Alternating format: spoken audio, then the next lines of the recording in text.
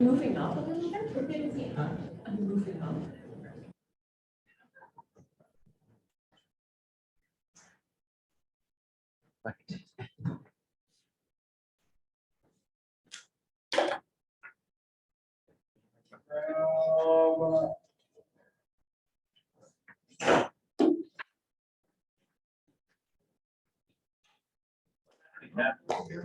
Did you get lost? Well, the trigger, they're going, I don't know if I got lost or not. That's right, because you lost, right? That's right. You wouldn't know. If I was where I thought I was, then I Wouldn't be wasn't. lost. How's everybody doing? Fine. So, we pulled a fast one on our lunch sponsor because we have a great turnout if everybody shows up that signed up. So lunch is on the way, but he's a few minutes late, so, it might be one of those things, Cravens get started for us. And then we might take a little lunch break, and then Cravens will keep on going if that works for everybody, so. You go get your one, they're in the door of the refrigerator. Yeah, well, the class is only till 2. We'll be done by 2. Not like a big break, it's like literally, it's your plate. We're not taking a break. Not a real break. Okay. Oh, is that Brett? Brett's online. Brett? How you doing? Here. Good. ¿Cómo estás? Can you give us a thumbs up, Brett, if you can hear us, or take yourself off mute and let us know?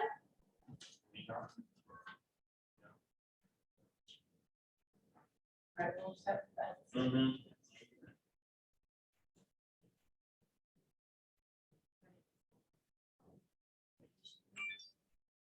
Give us a few minutes to get in here. Okay, so maybe like 3 or 4. Okay. Thanks. This is one of my favorites, Oh. because I can put it with flip flops, or I can put fancy shoes. So, thank you. How's everybody doing today? Mr. Cravens, how are you?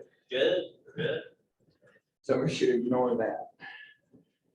Oh, no, don't ignore that. You can call her, email her anytime you want. You want to have Melon speak out. Yeah, no, you take all that down.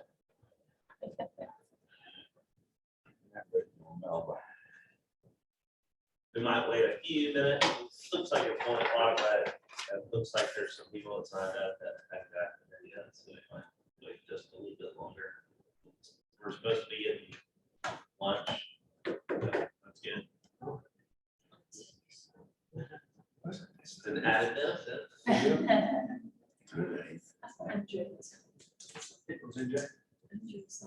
Did you? That's so special.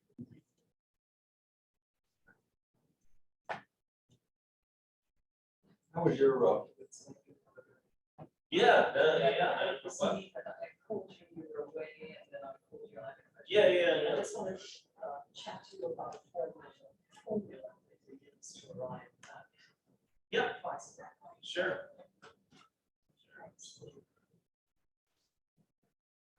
Yeah, and this is gonna be more like, this slideshow is just to keep me on track, but if y'all have questions as I go, you know, I'm encouraged those.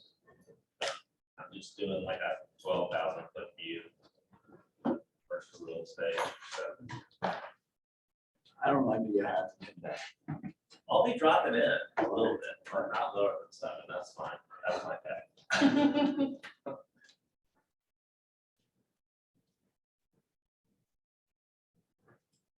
Well, I guess we can go ahead and get started. So my name is Cravens, Doggett, and I'm one of the commercial agents here at Chattahoochee North. And so I don't do any residential. I don't do any residential real estate. I've never had a desire to do so. I went straight into commercial on the development side. And then I primarily concentrate on tenant rep, which we will go into. But I represent tenants that go into office or warehouses. I do a little bit of retail, but I'm getting away from retail. I have one national tenant that I run with, and that's pretty much the extent of that. So, and a little bit of investment sales. So, all right, let's get started. And again, feel free to ask any questions as we go through this. So, this is kind of an overview of commercial real estate. You've got industrial, office, retail, hospitality, self-storage, and mixed use. Industrial is like stuff that you see on Peachtree Industrial. There's flex there too. Flex meaning there's office and warehouse space. Then you have office, like what we're in right now. There are different classes. They go from A all the way down to, we really don't go below C, but you can go below C. Retail, don't know about this. I mean, we have a ton of retail over there and across the street. Hospitality, that's like hotels, casinos, things like that. Self-storage, that's been a big buzz nowadays. Anybody know anything about self-storage? No, it's interesting to know about it. It seems like you just build it cheaply and charge a ton of money for a little unit, and it must be pretty profitable. Yeah, because you only have like 2.5 employees running, 60,000 square feet, and you don't have to deal with calls in the middle of the night, HVAC's broken, any of that stuff. Exactly. So, yeah, there's a lot of benefits to that. And then mixed use is a development that has more than one use, right? This is kind of a mixed use. You got office here, you got retail, what's that? Apartments, like retail. Apartments, residential, oh yeah, it's like that new, I don't know if y'all are familiar with that new development up there at the Mall of Georgia off of 85. The Jeff Eco deal, he's got Mario's ready, top off, residential. Okay. So this is just kind of, the different types of industrial. You got more of a class A, institutional product over here. You got maybe looks like a airplane hangar. You got the flex space, and then you have more of a small flex down the office. Like we're in, it's kind of self-explanatory. Retail, hospitality, self-storage, mixed use. That's popular these days. It all kicked off with the what do they call it? Ponce Market. Anybody familiar with that? Atlantic Station. Yeah. So, Atlantic Station. yeah, Atlantic Station too, and then of course that one. Live, work, play. Yep. Yeah. So you don't have to be inside the city to do all those things that everybody likes. So that's good. So these are there are different activities that you can be involved in commercial real estate. Like I mentioned, I do tenant representation. So you have a representation on the landlord side, and then you have somebody representing somebody that's, looking to lease, kind of like a buyer and a seller. Think about it. Purchase and sale, buyer and seller, just like residential, no different there. You have investment sales. Anybody know what investment sales are? Investment sold. Is it that, REIs or something like that? So investment sales are kind of like rental property, residential. It's traded based on Multifamily. This is investment sold. Multifamily is Like apartment complexes? Multifamily that would be an investment sale, but it's more like an office building that sells, you have tenants and things like that, as well as retail, and it's traded on a cap rate, which we'll go into. But it's investment, people looking to put their money to work, you know, maybe not in the market, diversify. Very It's profitable and little responsibility, is that what the idea is? Yeah, Triple you can net. get, yeah. you can roll up in your sleeves as high as you want, or you can say, I want somebody else to deal with this. So that's the different, and that's money too. The more responsibilities the landlord has, you know, the better return they have, right? Least amount, you know, the no headache deals. I mean, you'll make money, but just not as much. And then development is, you know, taking property, finding a use, walking it through, you know, the county, you know, the city, getting it approved and getting all the right people involved and going vertical with the project. Have you ever done that? By any chance? Yeah, self-storage Okay. and car wash. Nice. So, Yep. Is it possible in commercial now, when you lease a property with option to purchase? Yeah, sure. I mean, This is investment sell too? yeah, so I mean, if I'm hearing you right, if let's say you lease a space in a building, right? And then you have an option to purchase it, yeah, you could do that. And then there are a lot of people that occupy a portion of a building, right? And then they lease out the rest Exactly. to help pay for, More. you know, they don't have to worry about this. The other renters are helping pay for everything. The only thing you need to keep in mind is like, with residential, you have lenders like Fannie and Freddie. We don't have this. Okay, so we have to go to individual banks, and they have a certain appetite for projects like that. Sonoma's has a great project right now, or program, where you as the owner only have to occupy 32% of the building and still be considered owner occupied. In most cases, you have to occupy 51%, okay? And the reason I say that is because the rates are a lot better when you're owner occupied. And you don't have to, your outlay for, you know, down payment is as much either. Hey there, how are you? Good. So development. All right. These are just some of these terms that you'll hear. Anybody heard of cap rate? Yeah, that's a lot. Internal rate of return.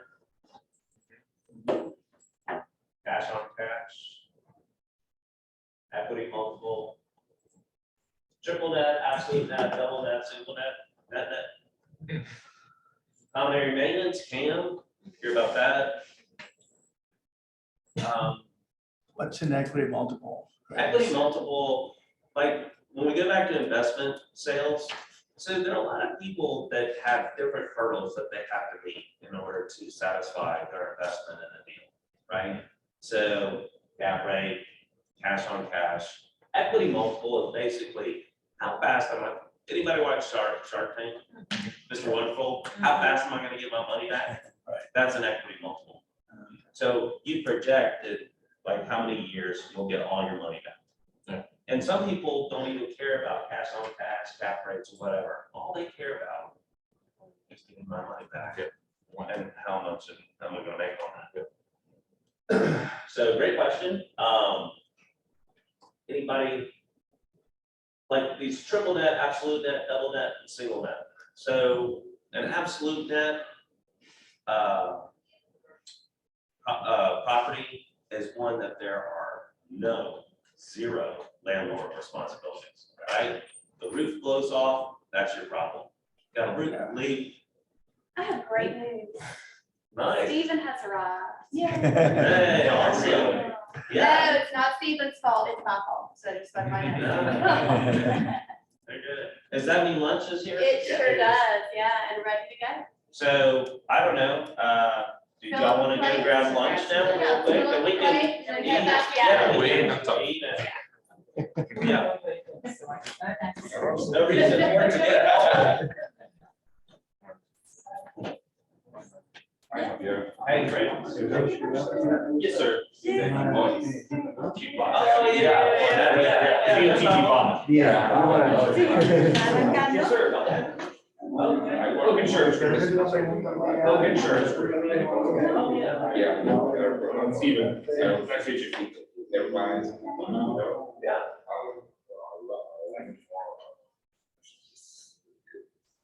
Yeah, see, it's not as emotional as all the residential. Every day, right? Hey, Tina. Yeah, no. Yeah. Yeah. So, but yeah, no, I have a outside. Mhm. They were repair so. For you have capitals. Yeah. Yeah, you gotta get your money out of there and come over here. Yeah. You may not have it anymore over there. Yeah. Yeah, I'm gonna get some too, but go ahead.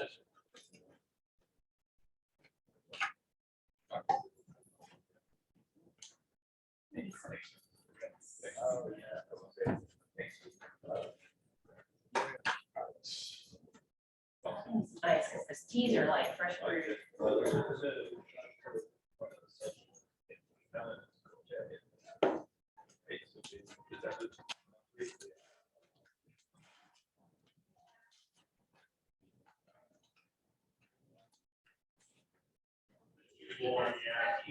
Yeah. Yeah.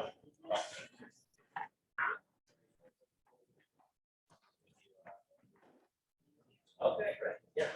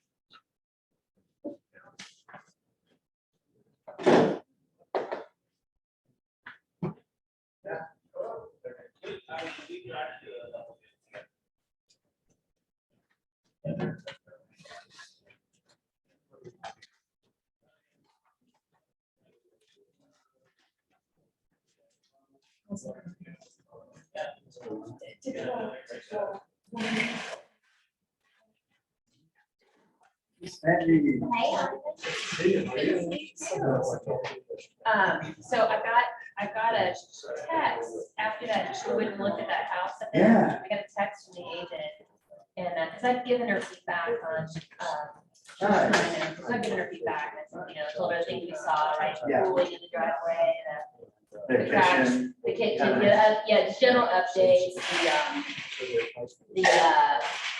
the cracks in the brick and the Oh, yeah. steps and everything, so I was giving her some of that, given some of those things and the fact that whoever buys this, probably just put some money in it, essentially.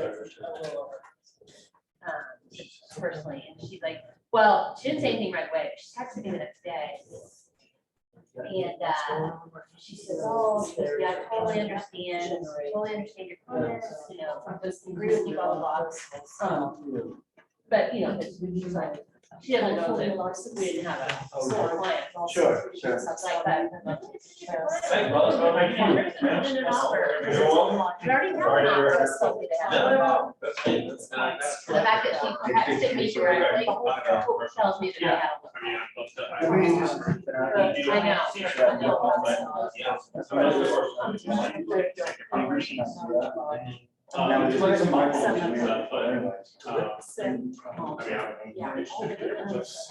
Yeah, that's fine.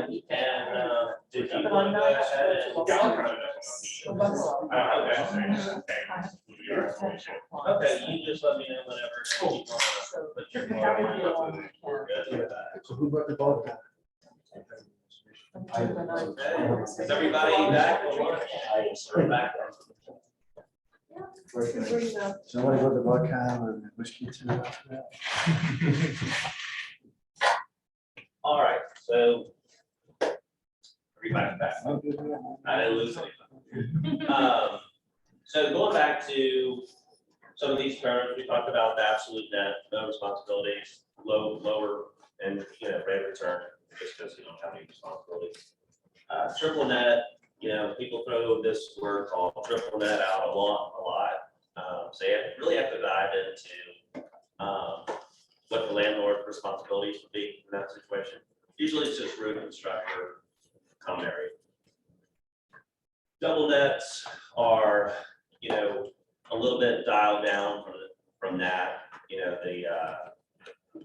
The tenant takes on more responsibilities, all the utilities are theirs, everything, and then you have a single net, which is pretty much landlord has to do a lot of stuff. Common area maintenance is just expenses that are associated with the building, whether it be property taxes, sometimes, a lot of times, people call it common area maintenance, and that'll be everything. Management fee, property tax, insurance, just ongoing expenses, landscapes, things like that. So you really have to dive into, when you're representing somebody or understanding, like on an investment, what are those expenses, and find out, a little bit about the responsibility or the reimbursements that the tenant has. Operating expenses are pretty much the same as common area maintenance. People use them interchangeably. Debt service coverage ratio, anybody know what that is? Does anybody want to know, or okay, so debt service coverage ratio is financial covenants that the bank imposes on an investment property. I don't want to blow your mind when I say this. You can never miss a payment on an investment property and still be in default. Okay, never missed a payment and you could be in default. This guy right here, the debt service coverage ratio, is one way to get in default. You have to have a certain ratio between your debt payment and your net operating income. And if you fall below that, that's a problem. So a lot of times, things flash for financials every year on the property, just to make sure you're meeting those requirements. And there's also things called debt yield and some other stuff that you probably don't care a whole lot about, so I didn't want to go too far in. So can you give us an example of the SCR that's happened Okay, that so we may recognize?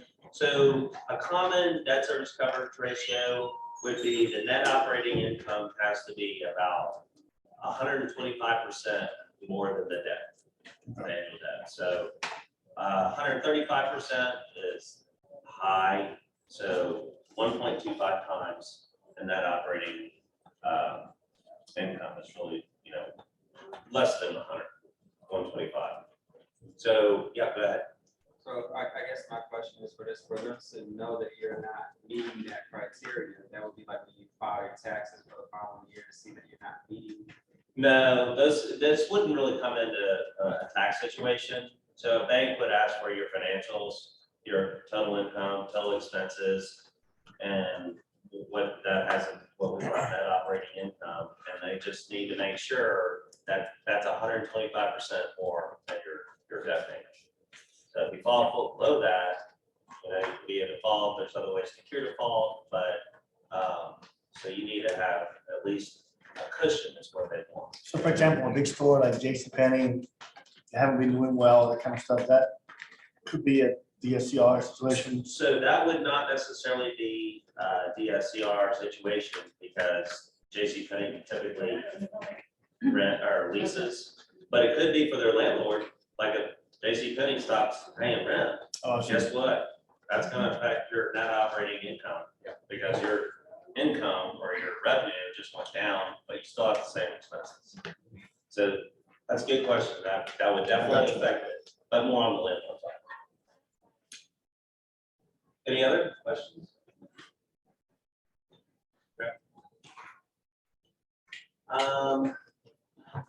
These are other terms that you might hear, discount rates, debt constant, actually, that's what I should say.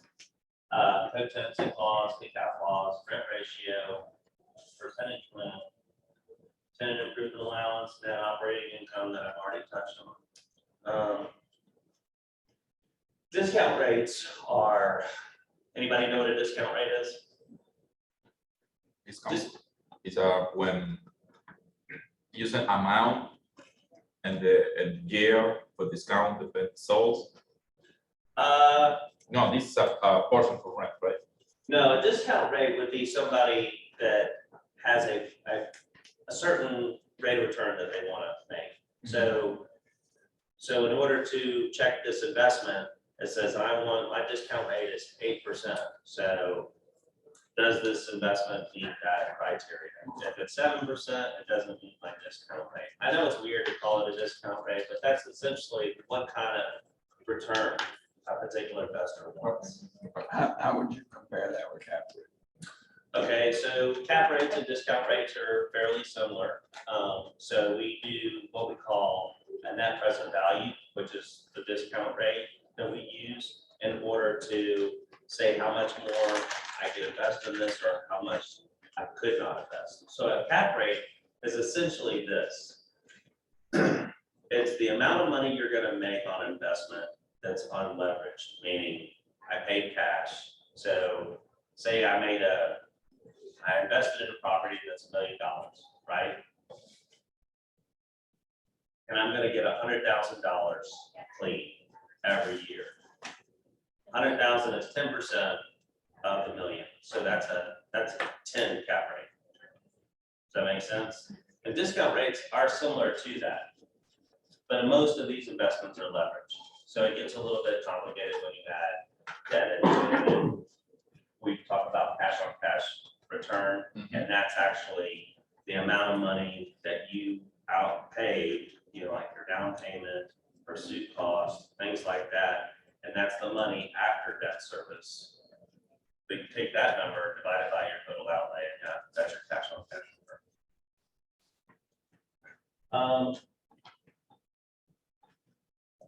That constant is basically the percentage of your debt payment.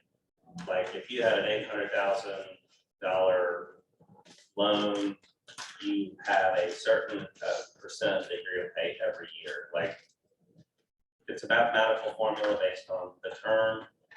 Get that? So it's a constant, Yeah. not a constant. Okay. Really help me deal with spell. I was like, what the hell is this? Yeah, I don't know. Well, Bryce, you pay that. Make sure y'all pay attention. Exactly. So basically, it's the percent that you'll pay on your debt every year. So if they have $100,000 loan based on a rate and a term, you call that 7%. That's what you're going to pay every year. And then, the fluctuation between your debt payment has a principal portion of it and a debt and an interest rate portion. And at some point, you hope this crossover because it's heavy interest up front, and then towards the payoff, it'll be heavy principal. So, co-tenancy clause, they don't necessarily call it, but good. But co-tenancy clause is this, like it's more you find in retail. So let's say a big box goes into a center, right? And they're dependent upon another tenant to be there in order for their business to be successful. So co-tenancy clause says this: if XYZ company goes out, I can go out. Okay, and then you have this tremendous domino effect. I got caught into it on a deal where this was Monroe Pavilion. They had a co-tenancy clause in there where I forget there's 5 major tenants. They decided they didn't want to, they wanted to delay their opening And then that meant all these other tenants got to delay their opening and all, but it almost blew up the entire deal. Wow. And they said, you know, sue us, we don't care, whatever. So kick-out clause co-tenancy is kind of like a way to get out of my deal. Certain things happen, then I can get out of my lease. You know, nobody likes a kick-out clause, especially a bank. They don't want to see it. Rent ratio is basically more on the retail, but it's actually in any business. So there's a sweet spot of the amount of money you want to pay to rent based on your gross revenue. Like for restaurants, they really don't want to pay more than 6% of their gross revenue in rent. And so those are kind of things you want to keep in mind, what those rent ratios are, because you as a tenant rep want to make sure they're successful. And a landlord rep, well, you don't want them, you know, going out of business, you know, in year 2 because they can't afford the rent. So these are the things you'll do as a professional, is kind of project what the revenue is that the tenant could do and see how the escalation of rent, you know, keeps them when their sweet spot, right? If you think that year 3, the rent ratio jumps up to like 8%, it's probably a no-go, you know? So these are the things you kind of, I mean, there's black swan events where, you know, financial crisis, pandemic that nobody plans for, but of course that'll just blow up any deal. But in normal situations, those are kind of things you want to pay attention to. Like, there are a lot of vacancy out here because based on the certain tenant that they have, they can't pay the rent here. Didn't that just exchange hands? Yeah, it's done it several times actually. But yeah, so the rent's pretty high here, and their common area maintenance is really, really high. So it's tough to survive here. Tenant improvement allowance.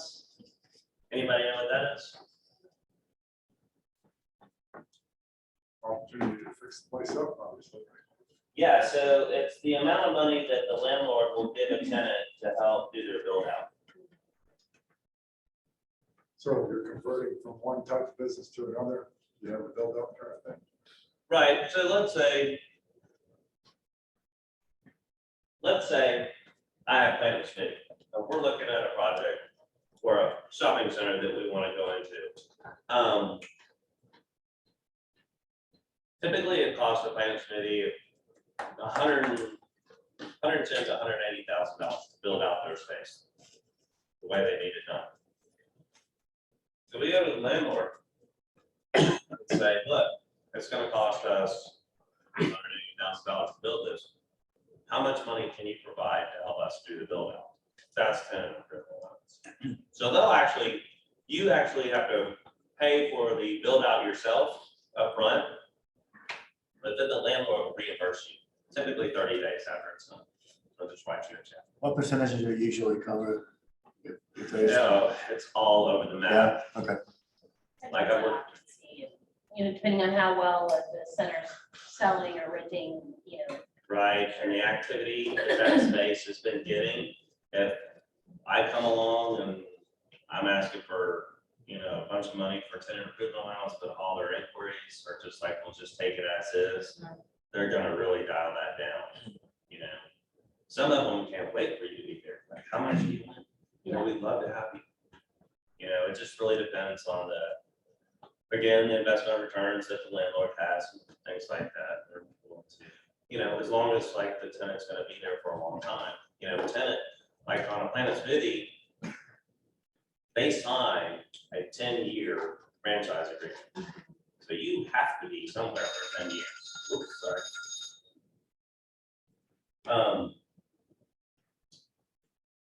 So anyway, that's part of the negotiation, free rent, things like that. It's just, you know, trying to massage the deal because, you know, the more tenant improvement allowance that they give you, the less they're gonna want to cut the rate. So it's just trying to find, you know, that negotiate. You just negotiate that, try to find a sweet spot, you know, that everybody has. Win-win. That's see it somewhere around here. Net operating income. Hear it all the time. I've already mentioned it probably more than anything else I said. So what it is your total revenue minus all your expenses, management fee, utilities, everything. And then what's left over, that's your net operating income. What it doesn't take into account is debt. That's below the net operating income. Net operating income is operating expenses. That's it. So that's a lot of times people, get it confused. They want to subtract out the debt and then they think that's the operating income, and that's not the case.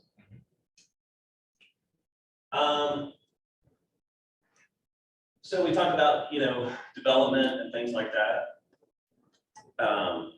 One of the main things you have to find is the correct zoning for the use that you're trying to do. Okay, so you have to go to the city or the county, depending upon where it is. If it's inside the city limits, they have most of the say. If it's outside, then you go to the county. Another, like in retail and stuff, if you have a certain business, you need a certain kind of zoning, and if they don't have it, then you can't do business there. Like, I had a group that wanted to do window tint, okay? And they considered that automotive use, so it had to have this weird, this was in Gwinnett County, so you had to have this, I think it was a C3. And the landlord didn't want to go through the process of rezoning it to allow for that particular use, but you gotta check all that stuff. Counties are crazy. Cities are too. Insurance. Got an insurance for these things, right? If you're a tenant, the landlord's gonna impose certain insurance requirements that you need to have there, in case you do something silly and burn the place down or take out the whole building. You have to have that kind of insurance. You also have to have personal property insurance too. And that's just insuring the contents of your actual space. And then hazard insurance, this is on the landlord side, they gotta have insurance that, if a tornado comes through and takes it all out, it pays for it, gets struck by lightning, anything, Liability. Mhm. And liability, yeah, absolutely, liability insurance, that's the one I should have put on there, but yeah, that's a big one. I rented a place with a restaurant, and the landlord taken a hazard insurance and health insurance. Oh, really? But health insurance is for not for people, it's Yeah. for the customers. Is any customer have any allergy for the food, and the restaurant, they need proof they are insured for this situation. That's right. Yeah. Yeah. So the landlord say, I can rent it, but you need this insurance. Because it's happened before with the place, this restaurant. That makes sense. If somebody, that's why these contracts don't get any smaller, they only get bigger, because something happened sometime. Exactly. We gotta make sure it's in there. Yeah, that's interesting. So they had to have insurance for food allergies. Yeah, because when we read this retail area, it's a restaurant for, and they closed because of the two people demand Wow. for the allergies, because the menu not say any Yeah. advertisement with that. Yeah, it say, okay, close, and that's it. It's Wow. it's Yeah. and the landlord, they want a lot of money.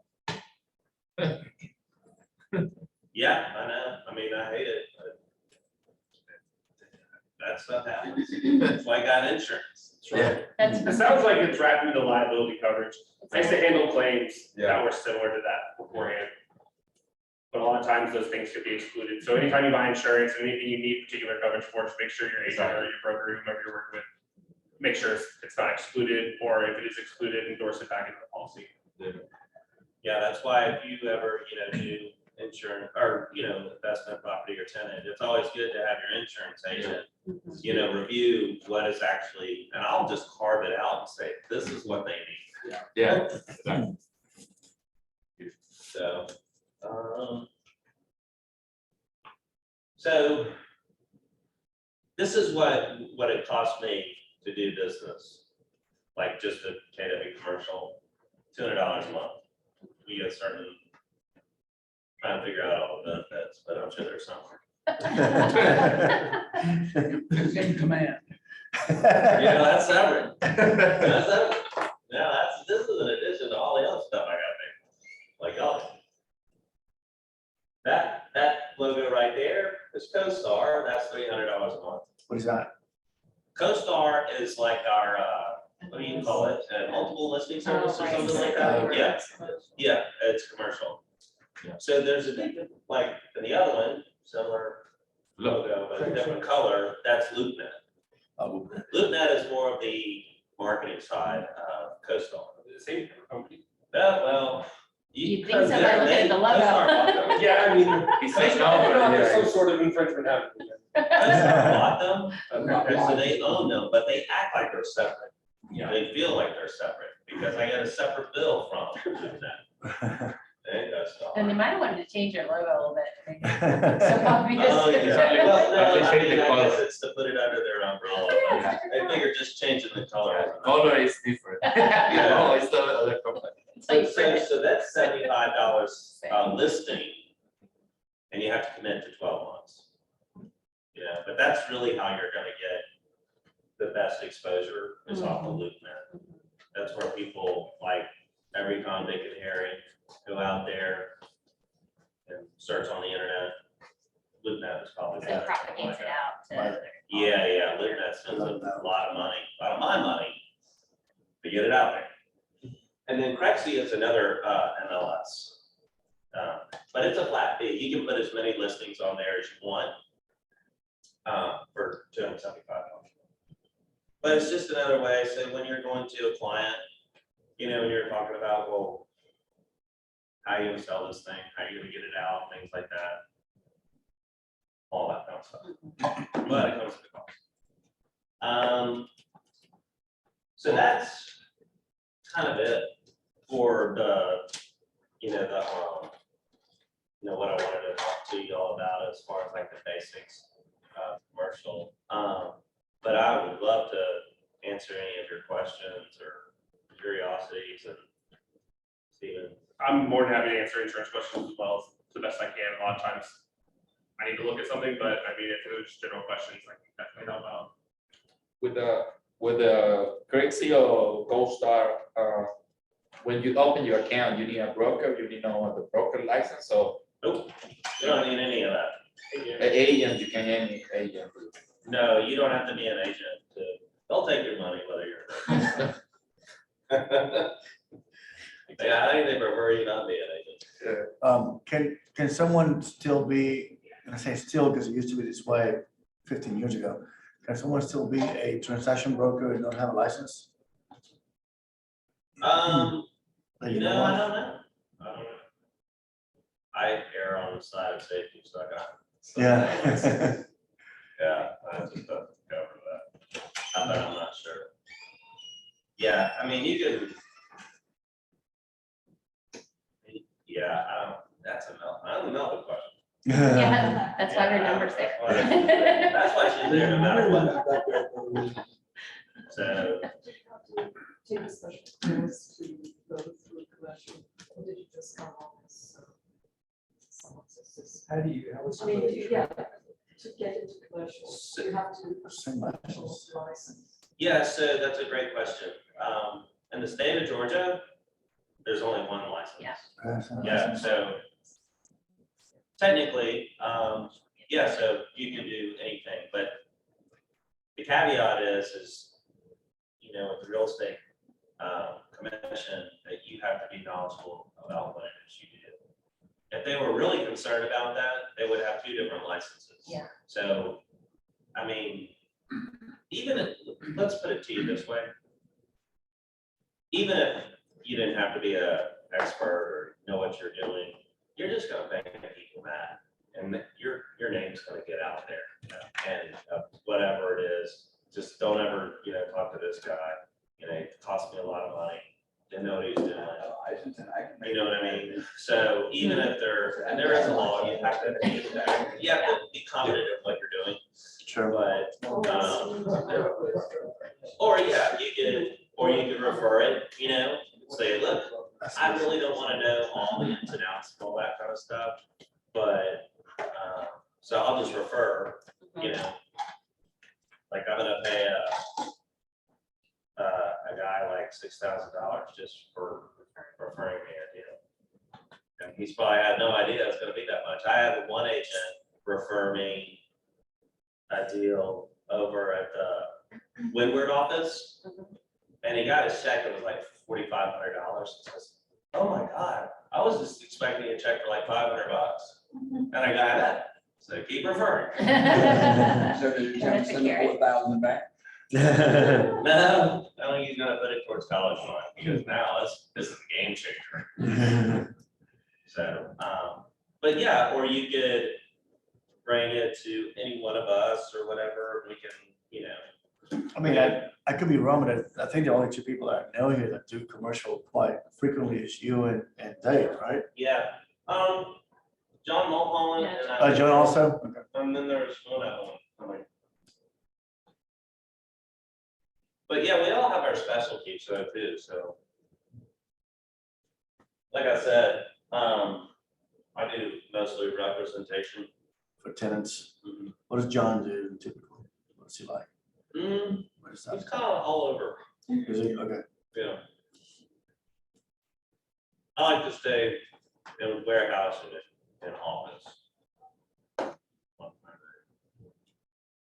Tenants only, you don't represent the landlord, so you don't like to, I don't want to deal with Okay. landlords. gotcha. I mean, look, your client's gonna be crazy too, but. How come I don't have a tenant in here? Well, it's only been the second day. You're not doing enough. Oh, Yeah. And by the way, you're not my only client. I'm not gonna say that, but he's got to know that, or she's got to know that, I'll start. So yeah, so I specialize in those representation, investment sales. My business partner, Patrick Alden, and I will do investment sales. We're working on two right now. We're doing a sale of a property and then 1030. No, I didn't talk about 1031. Yeah. Alright. Y'all ever do any of this? That was changed a few years back, didn't it? Yeah. Well, they're still in play. I mean, the current administration tried to get rid of it along with some other benefits. We've done two this year, so they're Yeah. still there. Yeah. Anybody know or have any idea what they are or what they do? They defer the tax. Defer the tax. Yeah. Eventually you pay the piper, but probably like this one deal that I have right now. Anytime, we're looking at trying to sell a property for a client, talk to your accountant. See how much you're gonna be facing in taxes. Because nothing makes somebody mad, more mad than thinking they only had to pay capital gains and then they didn't factor recapture and all this other stuff. I have a client right now that we've got a 1031 their money, but they have a $350,000 tax bill if they don't put it in something else. A lot of people don't want to write the government that much. No. So. But be careful, there's some clients that are so dead set against not sending the government money that they'll go into a bad investment. Since you as a professional, you just need to kind of let them know, like if you learn how to do projections and things like that. I hate to say it, but might be better off just, giving Uncle Sam his share. So. Don't they have I can't remember from like 90 days, they have X amount of time. 180 days. 180. Yeah, first start to finish. You got 45 days to Identify. identify 180. To close. And It's typically, not 6 months. Oh, but by the way, if you don't find a property, Yeah. by the way, if you don't, let's say, you put your money in with the qualified intermediary and you don't find any property, you can't get your money back until 150, until the very end. Mhm. It's locked away. You don't get it. Do we have any preferred vendors that does taxes for commercial properties that we refer people to?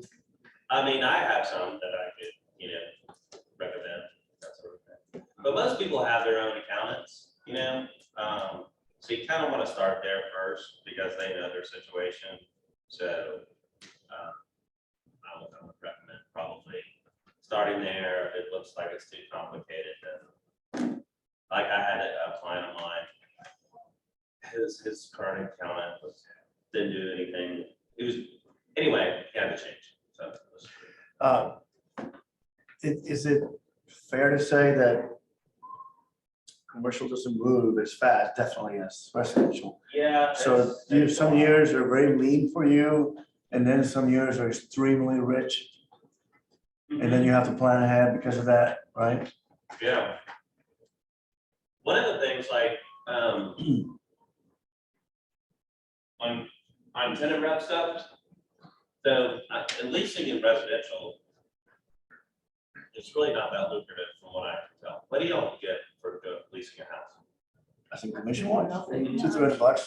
Yeah, They pay, yeah, the band $300. yeah, $300 the average, I say, $100. Yeah, so on leasing, we get first month. first month's rent plus 4% of the remaining term. That's nice. So that's good. And to your point, like, some months are great, some months are not so great. But if you do a big tenant rep deal, Yeah, keep it steady. you can ask them not to be cashed out. Now, the risk is if they go out of business, your money's gone. But it can annuitize your situation. Like I had a buddy of mine who did a deal down at Savannah Ford. And his fee for that deal was right around $550,000. So if I were him, I would just have that paid over, a long period of time, because then you don't have to worry about day-to-day stuff. But if you had a bunch of those, that's good, and it's just annuitizing. I guess your area, it's, what's the word, a little more consistent than if you just land developing only. Oh, yeah. And that one, I think you're crashing or you're either making a ton of money, and then you have to really know how to. Yeah, you can make good money in development, that's for sure. But it takes a longer time to get done. What's the average for a regular commercial deal? 6 months, 90 days? Usually, the shortest is 45 to 60 days. And then It's pretty good. longest one I've ever had was 18 months, from start to finish. I'm working on a deal right now, a guy that called me. For development? Mhm. For development, 18 months? Yeah, that was a development deal. I guess, we've had to, if you have to go through zoning, you gotta go through everything else, it can take 3 to 5 years if you're not careful. Oh, yeah, I was just saying, yeah, for mine, it was 18 months. But oh, yeah, you can have lifetime listings. There was a guy, Charlie Lockwood, I don't know if you know him. The longest one he ever had was just over 10 years. How does one, if one wanted to transition into commercial? Do you take courses, I know? There's not many courses available, it seems, right? Yeah. What's that? Are there many courses available? Because you're talking about Oh, yeah. courses. Oh, yeah, so- Yeah, okay. That's why. Yeah, there's several out there. Oh, okay. CCIM has a lot of courses out there. Go to different resources than what we're seeing. Yeah, Right, it's just mainly residential here. and there. yeah, because it's geared Everyone more have towards, a lot. residential here, but there are a few of us. Oh, that makes sense. If you were somebody who wanted to transition, that's just a matter of networking or doing residential. if you wanted to transition. Yeah, if you wanted to transition to like commercial, I would kind of get with an agent, Yeah. and talk about like, just kind of go over the game plan and kind of like be a mentor and things like that, and, you know, because let's face it, and this is what's interesting to me. Most people have a previous life to real estate, right? You're a teacher, you're in the insurance business. It's all over the map, right? Because nobody says, well, I never did anything but real estate. There might be a few out there, but everybody has a past life. So I was like thinking, okay, well, why don't you just call the people you used to do business with and see if they have any commercial needs? You know what I mean? Like, I think Matt Abe used to be in the liquor business. You know, see, that'd be like the low hanging fruit. You know, go back to all his distributors, you know, say I'm anyway. So Those that are out of rehab. what's that? So anyway, but that's one way to kind of do it. You know, if you have a lot of business contacts, or whatever, you know, talk to them about, you know, if they have any needs. You can start there, and if they do, then bring it to somebody, or eventually learn and do it on your own.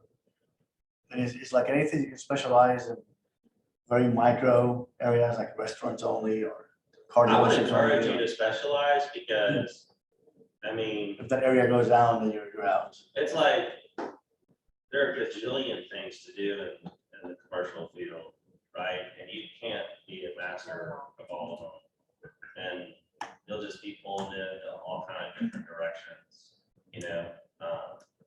So then you get a reputation about like, hey, this is my go-to guy for restaurants. That's all he does. He lives and breathes it, whatever.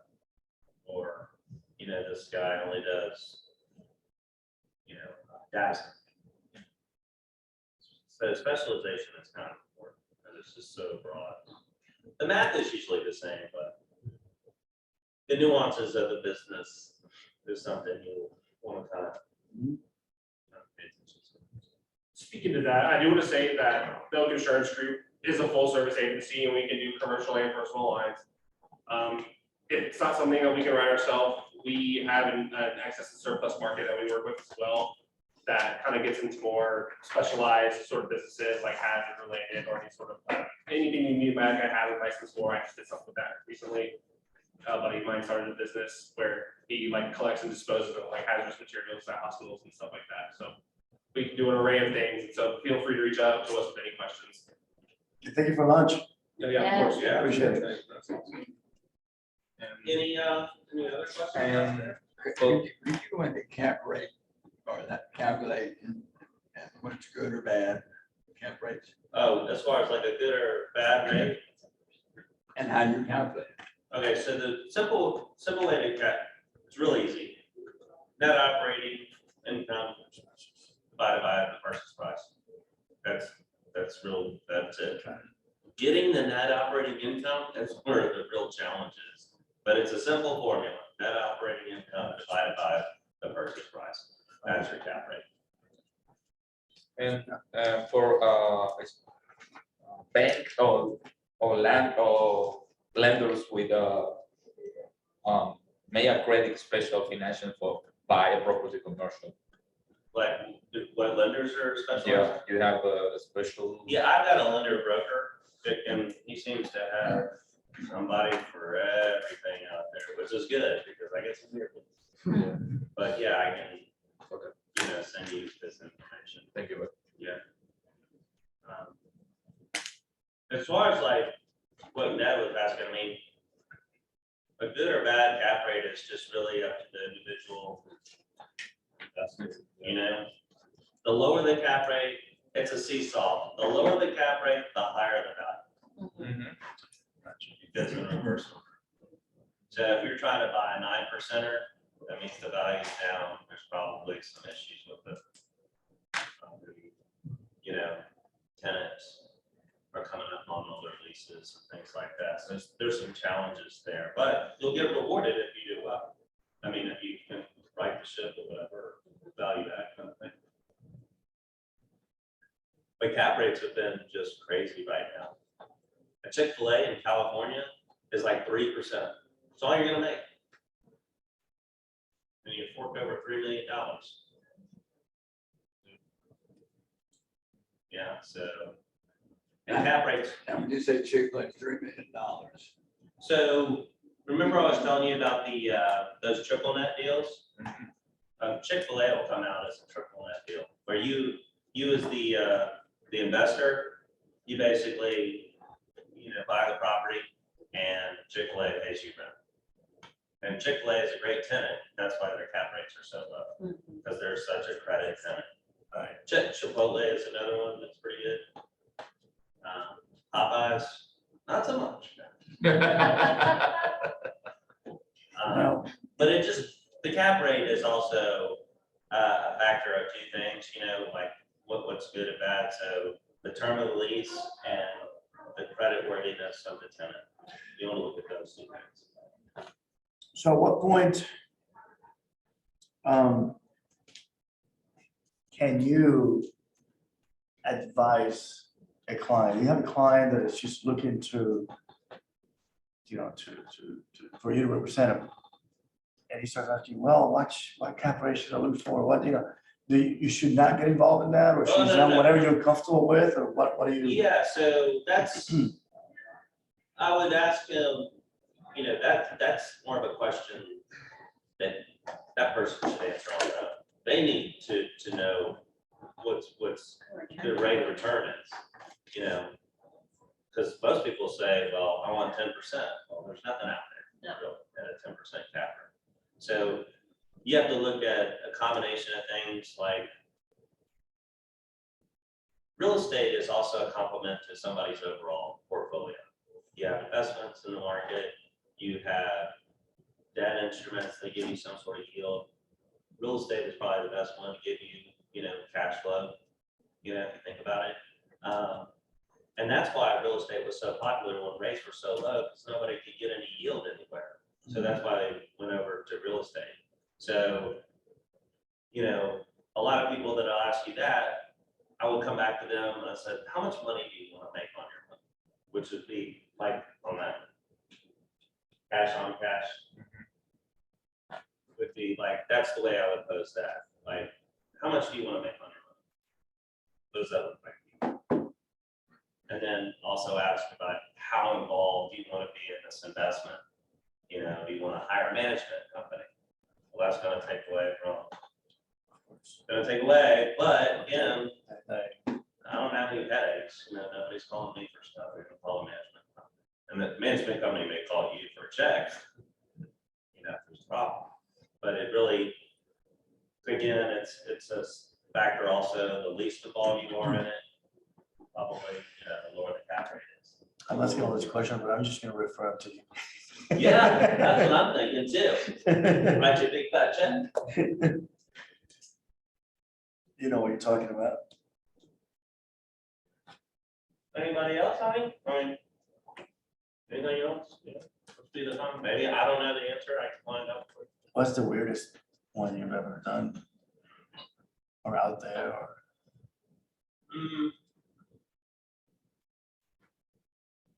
I don't know about weird. Or we could say the most profitable one, or the interesting one. Oh, yeah, so my warehouse rep deals, those are the best, my clients, that Okay. large warehouse space. Yeah. And going back to the storage.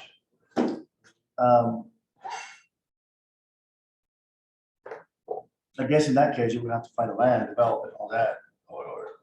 Well, there's two ways to do anything. You can develop it or you can buy an existing product. You know what I mean? And right now, the point is, it's like, you get to this dichotomy of prices are so expensive to buy an existing product. So it's probably cheaper for me to develop. And when you hit that point, then you should develop it. But before the development, we need to talk to the county we don't know if this land is already for this type of business. Yeah, and I can almost guarantee you, like for self-storage, very rarely is it gonna be allowed by right. You're gonna have to get through some sort of special use or conditional use permit, Really? or even a full rezone. Why is that? Because for whatever reason, municipalities look at storage as the use of last resort. And they hate it. And it's great. The building looks fantastic. That's wonderful. How many people are you gonna employ over here for that 70,000 feet? Okay. Oh, just 2.5. What's in it for them? What's the half person look like? Uh, You know, and then there's no sales tax. Yeah. There's no sales tax. Property tax is the only thing they get. Property tax is the only thing. So they look at it like, is that it? Is that the only thing that'll go here? You know? Is that why they end up in such odd places too? Stuck Like, behind they the- kind of seem like yeah. they're stuck. Like there's one on Swanee Dam Road that's like right like a kind of residential and kind of squeezed over behind. But that's the commercial. benefit of those things, like, you know, You don't need to you prime can it. wind away, you can And they don't take. have to look good. I mean, Well, I they mean, do they don't- now. I mean, Well, to the now- people now that they are do. renting, they don't care They that they're just gonna wanna have get to go, safe, yeah, they just yeah. wanna be able to get to it. Sure. Yeah, You but know? that's another benefit of taking, like,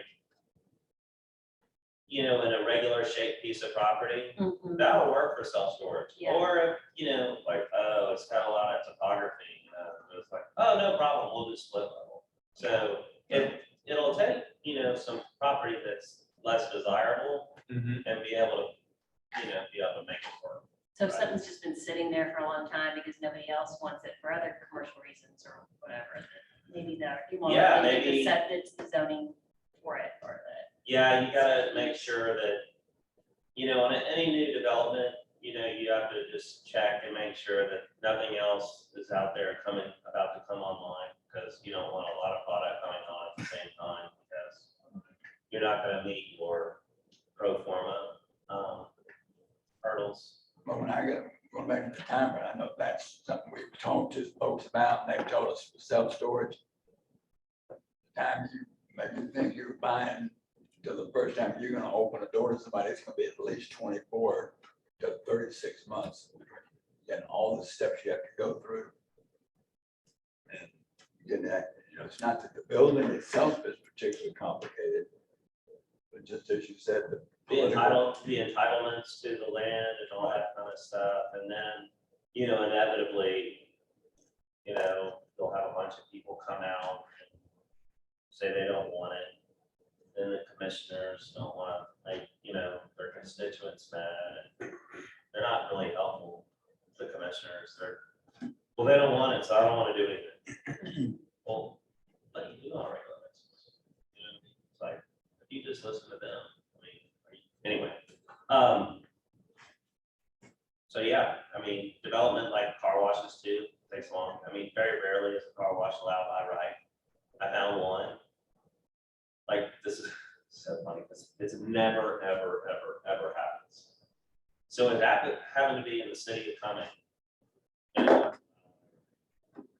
And my client's like, I need to check that. And I go, here's the email from the person, because I still don't believe it. So he goes down there and he meets with me, he goes, I don't believe it, but we can do it without doing anything.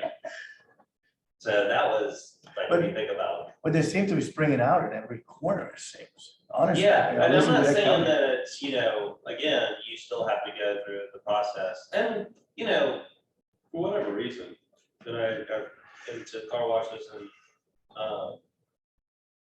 self-storage. But when you look at first generation car washes, when you look at first generation, you know, self-storage, they were not pretty. Right. They were ugly things. Right. And that's what's ingrained in a lot of people's heads. But there's enough out there, there's enough product out there. They go, man, that's the nicest car wash I've ever seen. Well, that's nicer than my house. Sure. Same thing with the self-storage. It could be, wow, that's nicer than the building I work in, you know? So, but again, there are other issues between car washes and, you know, their consumption of, you know, resources, although they do recycle a lot of it. You have traffic impacts and things like that. It's a little storage here in Jones Creek. It's behind two hotels. It's a What is small, it, a car wash? no, it's a self-storage. Self-storage? It's a public self-storage, it's behind the two hotels. It's small pieces area, and the owner finding this land rented for 30 years for $8,000 a month. Because they can solve, because the hotel, they buy only a portion. Because they don't like it behind because a river, it's a creek. There. And the guy say, okay, I rented this space for self-storage. They buy a building, 4 floors, only small storage. Yeah. It's busy all time because it's small storage and you pay $60 per month for each unit. And you go say, where's the storage? You just drive on the GPS and make it right. It's the hotel. Now go straight behind the 2 hotels. Well, and that's the point is you don't have to have it be obvious where it is. Exactly. Because people will find Yeah. it. And then you see the building, but it's nice. It's really nice. Because the city say, okay, you need make it the building with this code, the construction code. But it's a story, $60 for month. Well, And just think by people that seats. rent self-storage Yeah, never that's- leave. No, $6 brings something tiny. Yeah. I know, it's like the Roach Motel. Yeah, they never leave. Yeah. People that move in there, their stuff, they never leave. They rent there forever. You know why? Yeah. Because moving is so fun. Yeah. Yeah, exactly. And it's just that inertia, right? You just keep, Yeah. you know, but where am I gonna put this stuff now? I'm gonna know stuff. They say that if somebody comes in and says, I'm gonna rent, a unit for just a couple of months, guaranteed 12 months. If somebody says, I'm gonna be there for a year, means they're gonna be 3 years. And if somebody says they're gonna be 3 years, which nobody says that, they'll be there forever. Yeah. Yeah, they pay forever for stuff. I put it there because I know place to put it instead, then I got some place to put it. That's right. I got a buddy in Tennessee, that's all he does is buy storage units, right, because people die, leave their stuff. He buys it for 10, 20, maybe $100, and he makes thousands. What's it go unit by unit, just buying the contents? Yeah. Okay. You've seen storage wars, right? I know an actual guy that's been on that show. It's a Yeah. friend of mine, a neighbor of mine in Tennessee. That's what he does for a living. Yeah. Makes And he sense. used to be a corporate exec, right? Now he does that. It's cash. Yeah, it's a good business. Which is cool. I wonder if you could do it next one and get a little more in depth in some areas, I don't know. Yeah, I mean, if y'all, I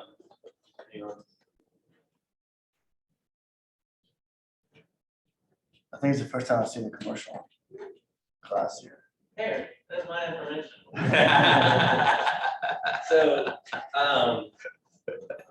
yeah, y'all can always reach out to me and just say, hey, is there, I would like to know more about what, go into more detail about, projecting, incomes, expenses, things like that. Maybe I can help you with that. I thought about putting some spreadsheets up there, but that's more of an interactive kind of thing. So I'm a Mac person, so once I go back to PC,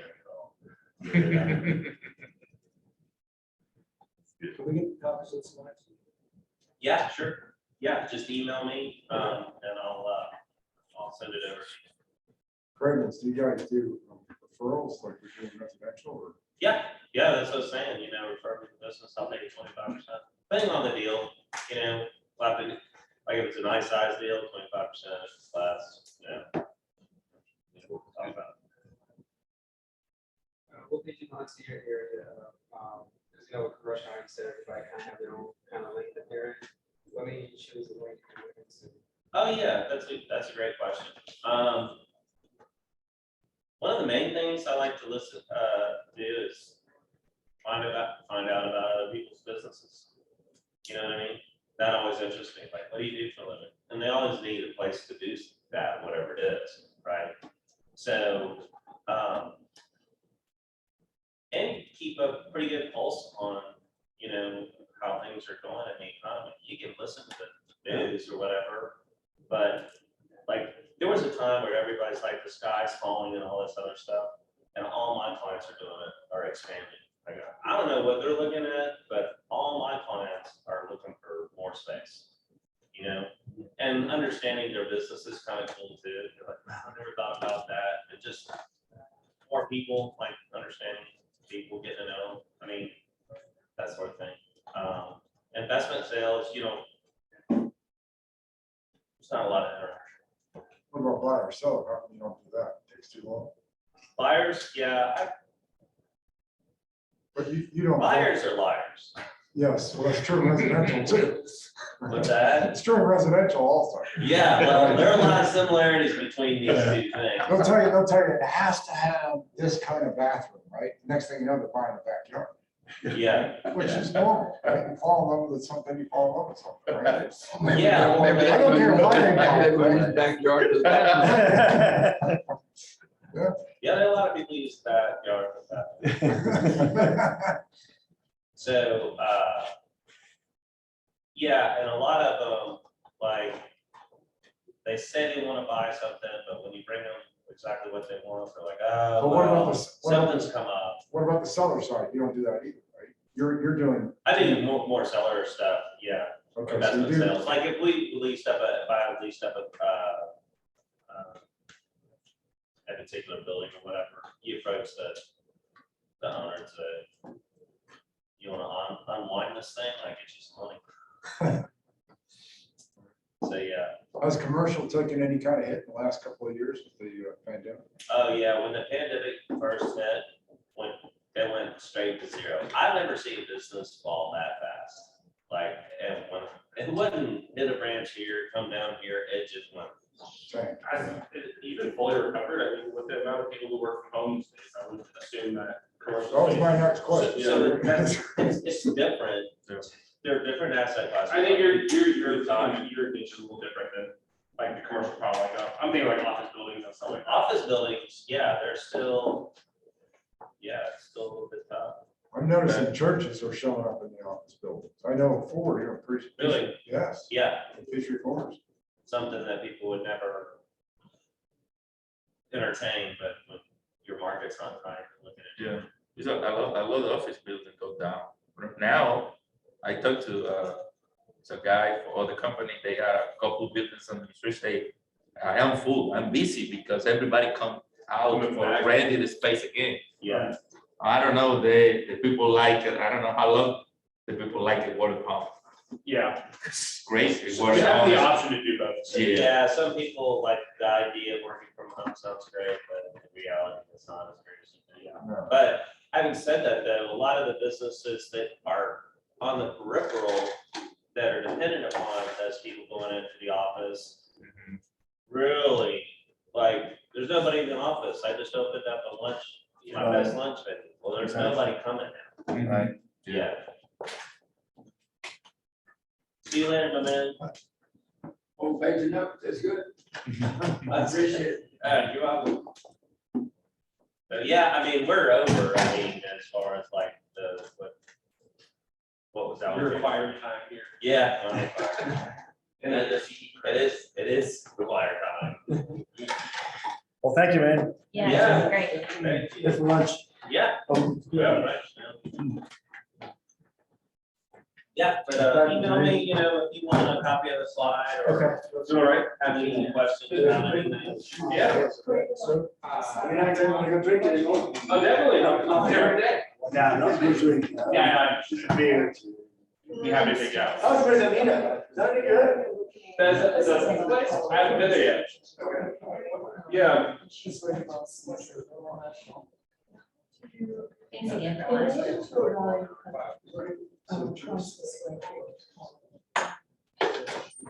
Do you have to look at public records? Is that what's now? Yeah. Public records and how those rights for the credits. Yeah. So what I would do, like, in order to get the price per square foot, then you take 43560, multiply that by 0.7, and divide that. That would be your total square feet. There's Nice. hey, you gotta come. 370. Oh, okay, yeah, I see what. Well, lunch is my, What I is saw my. was, did you have to look at public I don't eat, I don't eat breakfast. So we're like prices. I don't eat dinner, so. That's your best option. You get lunch. Oh, it is. And today. Yeah, because I mean, if anybody questions Go see anything, some you go back buddies and of mine, say, and this this is is a something place. county said. Years. We're gonna make a brewery here. So I figured. You'll become. Yeah, exactly. You're gonna become as far Yeah, as- it's like greasy stuff, it's stuff, it's- Yeah, there you go. That's the way. Just very close to. I think we're gonna go to cultivation. Have you ever been to cultivation brewery in downtown Los Angeles? And this is a. Well, there's one big one there. It's called Social Parks. Right there with the restaurants on there. But cultivation is technically inside, but it's not in a little area right now. Yeah, see, It's farther down. it's only 2.5. It's only a quarter of an acre. That's. You know, because you decide out to work, so let's give you that. You know that, I think it's called Newton Street or Newton Street, that street that goes through. The main drag. Yeah, the main, And going, from Manchester Well, or as Menlo. long as you can confirm the sale Yeah. and go to the county and figure out. if Yeah, it's from actually Menlo. that, then yeah, it's right. You take it up You know what I and. mean? If that's And sold then there, you go to the county and make sure everybody. He cuts through that, yeah, parallel to the railroad tracks. What's Yeah, that? that's it. This- Talking about downtown Los Angeles and the brewery. Actually, yeah. So as you approach the corner, you make a right. With the Range Rover shops on the left, you make a right, and down the road is a blue. But the nice ice cream, This could be a crawler, meaning this like. It's one of the better ones. Yeah. To the soil. There's a ton of breweries nowadays, but this is one of the better ones. It's relaxed atmosphere. People bring their kids, the little Yeah. tots, and they play in the grassy area. Yeah, that's kind of like still fire. Still fire, those Bonnie's like that too. They've got a big playground area. Which is what's called? Still fire. Still Fire? Where's it at? It's in downtown Bonnie. And park and stuff? Across the street. Oh, okay. Most likely that's correct. I drove through. Okay, so I'm West just. Virginia, which is- You go past the. No, this is it, it's simple, it's real simple. Okay. Yeah, that's why. Across it before we stop. And just go down to the next light on Holcomb Bridge. It's called Colonel John's Park. You do Yeah. price break, you can do price per square foot, but you can do it however you want, just make sure. It is big time. Parking decks, town hall. So these, and Yeah, yeah, yeah. but a lot of people do it. Well, 'cause people wanna So you live up gotta here, be careful cheaper, there. A lot of people do it by And then they neighborhood. can still easily get, you Yeah. know, down into You town. got everything around Yeah. here now. Yeah. Do you recognize his accent? Huh? Oh, is he from Minnesota? But see, this is- Oh, no, I'm not good at picking up unless, sometimes I can tell somebody's That's Mexican 2.5 people, million because per it's acre. like, That's what that's they right. speak a little faster, you know, but then usually if they speak Spanish, I can hear, I can say, oh, I think they may be Mexican, or maybe they're Puerto Rican. But I can't tell when they're Yeah, speaking that's English, 7 cents. where they're from, you know what I mean? Do you know, So by any what was chance, it, so what? a girl named Lenny? Where is it? Lenny? Did you look at it? Did you look at it? Tall, What do dark you- hair. do you like, what do you? That's his wife. But the reason we have. Is she from Venezuela? Are they both? Yeah, actually. He's in Ignite. I actually had to come, so I have to make up, because I did bowls, I have to make up, Yeah. 4 night classes. So I Okay. made up my first one today, once a week. I come in first, I have to make up the ones I missed. Yeah. Already took the test, did all that stuff, but it's gotta make up the ones I missed. And the price. And it's good information. That was awesome. Thank you. Yeah. Yeah. Again, we take him just to afford it differently. I think I will do the same thing. Victor was saying that. He said he wants to just sit in on Ignite again, just to get from a different perspective, right? You know, because when you hear it like brand new, it's kind of, what's that? Latino Victor? Based on a quarter of an Who? acre price. Like, you said Victor, right? Victor from here. Victor is. Latino. Yeah. What it is. is- Yeah, so he was saying, when we were out at that, at Pure, Victor was saying he wants to take Ignite again, because now he'll see it from a different perspective, right? You know, because it's when you're learning it, there's one thing, but then when you actually are starting to do it, you go back to the basics. Exactly. That's what he was saying, yeah, and I can Exactly. totally see Yeah, that. see yourself. Hey, what's the- Yeah, but you know, you can take it as many times as you want. Right. Yeah, you But take it you as do a many few times as you cases, want. And then you come back to it, a different mentality, it's just awesome. Absolutely. Now you know what to specialize. I can even tell now, and it's only been a month, but I can even tell now today, sitting in the class, my perspective is completely different than it was a month ago. Right? You know, and some of the conversations, scripts that you're given and some of those kinds of things, databases. I mean, my database, I finally got it all cleaned up for, you know, where it is right now. It's amazing, because for example, the first time I met you here. you were I knew starting- nothing. I knew nothing. Yeah. Yeah, fast forward 2 months, it's like. That was Tyler's open house class. Nice to meet you too, David. I'll see you next Wednesday. I'll be every Wednesday. It will be my night, because I'm making that from the last session. Yeah, so I'll see you then. So now, good to see you. Yeah, you too. I go through that stuff with Tyler Davis, though. Yeah, It's, man. you know, It's different now. every time I do an open house, I go back and I look at that information, because his open house level is like here. Exactly. Right? Thank you. And I'm not quite there yet, but, you know, but if you can learn it here, you know, then you might be able to hit here, you know, instead of here. Well, the one thing I've kept in mind all this time, and when I did open houses after him, I had, you know, some of this knowledge. Yeah. And was actually doing it. things Yeah. we talked Oh, me about. too. That's what I said. It's so Intellectual and all useful. that. So useful. I took his class twice. I Oh, took you the open did? house class Okay. twice. But the one thing I need to do is, be on mine, is to create my own signs. Mine should be Mine. coming in this week. Nice. But you know, because my team did it. Okay. So I got my, it's funny, look backwards. I have my for sale signs, but my open house signs haven't come in. Well, I'm the same way. Really need it the other way around. I had to actually go to Lowe's this week and pick up some open house signs because I was helping a lady, the listing agent was out of town. And I was like, well, we're really, and she's like, oh, my signs are in Roswell. It was kind of a last minute thing. I said, I'll go to Lowe's and I'll pick up some $3 signs and, you know, it'll be fine. But mine with my logo. Why, cheaper than driving all the way around a little bit close. Well, I would not go anywhere. Well, and the listing was North Coming, and I live in Swanee, so, Yeah, I'm in you know. Lawrenceville, so. Yeah, so it was already gonna be half an hour each way, yeah, but it was a really good open, it's the first good open house I've had. My other two were kind of, which tells me I need to be a little more selective about what I do. Because it is an investment in your time, right? Oh, for sure. You know, and if you're not getting anything out of it. 2 hours of just staying there, there's a lot that goes into Yeah, but it. the thing is, we do nice homes in nice areas, you guys still don't have.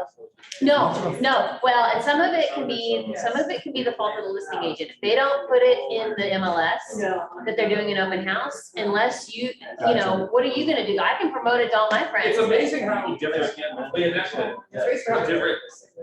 Thank you so much. All the information built to go into experience, because, I mean, from an insurance fund, I go to Zillow, the 100 property characteristics compared to like Coldwell Banker. Yeah. Those are just the main ones I Yeah, see, yeah. or Rep, and they're all different. It But just if makes sense to me. you're doing someone else's open house, so I got burned on mine because I did an open house for a friend of mine. And she never populated it in the MLS that there was gonna be an open house. And it was in Winder. I mean, who the heck is gonna go to Winder Just unless, for fun. right? No one just drives through Winder. Unless they are specifically looking for something on a Yeah. Zillow or, you know, and if you haven't put in there that there's gonna be an open house, nobody, and this is not a neighborhood, it's nobody's gonna show up. Yeah. And nobody showed up. Nobody showed up. So it was a complete waste of my time. Well, you learn that way. Oh, I learned I will never take another one from my friend. Yeah. I did learn that. I learned that really Friends, fast. just not business associates. Yeah, I learned that Yeah. really fast.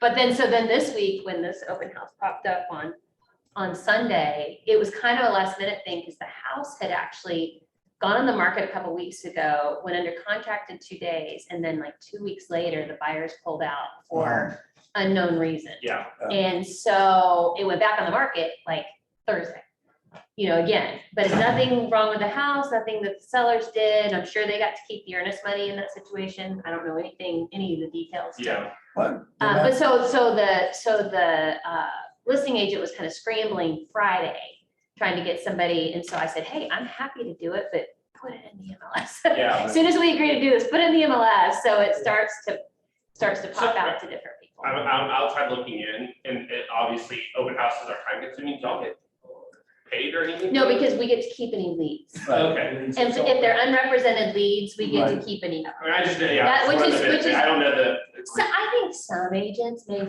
you know, throw you $100, but honestly, the open houses, if it's a popular house, they don't have to do an open house. Yeah. You know, it's really for people like us. You meet potential buyers that you get the guys. Or even Hey. neighbors that come in that want to, they're thinking about listing. Potentially want to sell. Yeah. But sometimes it's also the perception of the seller.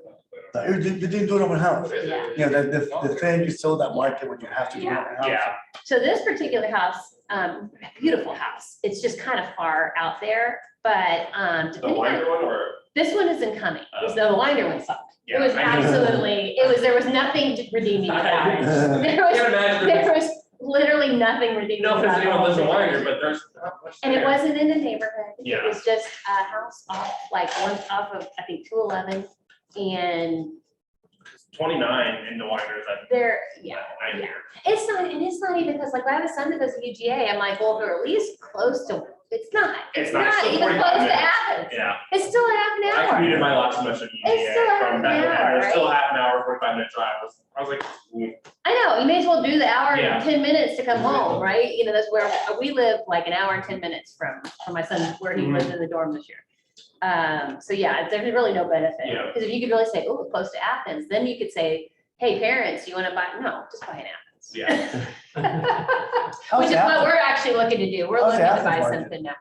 I'm shopping in it right now. I've been looking, I keep looking. Not a lot of new stuff up there, I would assume, and that's the problem with that, like, it's a lot of historical buildings, and, I mean. There's a lot of dumps, a lot of dumpy But is places. it as And crazy you as have here? to be, you have to be really careful about the neighborhoods in Athens because You don't want to get mixed with the college crowd. it's no, the poverty. There's so Oh, much, yeah. Athens is not, so much. It's Like, always been it's like one of the outside of the school. It's, outside it's campus, one of it's the really not. poorest, I think it is the poorest county in the state of Georgia, if I'm not It's always mistaken. been like that. University town with that. Yeah, but It's- when you think about all the, just, Tons of You would think. a lot homeless, of them tons of homeless. labor employees that don't get paid a lot live just surrounding in it, you know. And you would think the Very- university would invest in their Yeah, their town, but they don't. It's So, all, and it a all goes lot to of Commerce homeless, there's a Market. lot of homeless, and tons of homeless in Athens. That was actually my first impression, the first time I went to Athens, I was like, what is up with the homeless population here? yeah, if it's not a Saturday, Yeah. it's a totally different place. It's And weird, drunks, Yeah, it's weird.